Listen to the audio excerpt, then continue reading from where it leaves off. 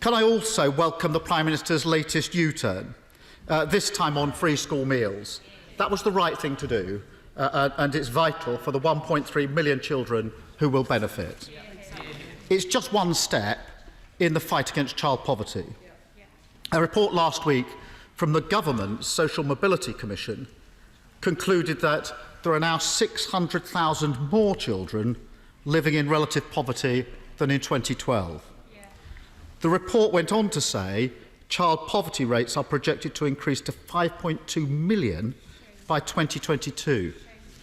What does the Prime Minister think caused that? Well, I'm grateful to the Right Honourable Gentleman for what he said about dexamethasone, and I'm glad that he's finally paying tribute to the efforts of this country in tackling coronavirus. But I can tell him that on free school meals, this government is very proud that we set up universal free school meals, and I'm very pleased that we are going to be able to deliver a COVID summer food package to some of the poorest families in this country, and that's exactly the right thing to do. But I must say that I think he's completely wrong in what he says about poverty. Absolute poverty, relative poverty have both declined under this government, and there are hundreds of thousands, I think 400,000 fewer families living in poverty now than there were in 2010. Keir Starmer. Mr. Speaker, the Prime Minister says poverty has not increased. I've just read a direct quote from a government report, from a government commission produced last week, which says it's gone up by 600,000. The Social Mobility Commission has a clear answer to my question. This anticipated rise in child poverty is not driven by forces beyond our control. I gave the Prime Minister the number, 600,000. He didn't reply. The report goes on to say, and this is a real cause for concern, and the Prime Minister's chuntering, you might want to listen. Real cause for concern, because the Commission goes on, I'm sure the Prime Minister's read the report, that it's even... They are really concerned that these projections were made, 5.2 million, before the impact of COVID-19. And they go on to say, which we expect to push more families into poverty. This is a serious issue.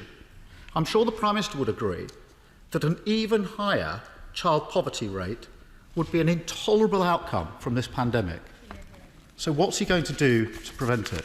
Mr. Speaker, I'm sorry, I just understood what the Right Honourable Gentleman is talking about, what he calls an anticipated rise, rather than a rise that has actually taken place. I think a new concept is being introduced into our deliberations. What we're talking about was what has actually happened, Mr. Speaker, which is a reduction in poverty. And I can tell him that, of course, we are concerned. And the whole House will understand that, of course, this government is deeply concerned about the impact of coronavirus on the UK economy. But I think everybody with any fairness would acknowledge that this government has invested massively in protecting the workforce of this country. 11 million jobs protected by the coronavirus job retention scheme, unlike anything done anywhere else in the world. £30 billion worth of business loans, and we intend to make sure that we minimise the impact of coronavirus on the poorest kids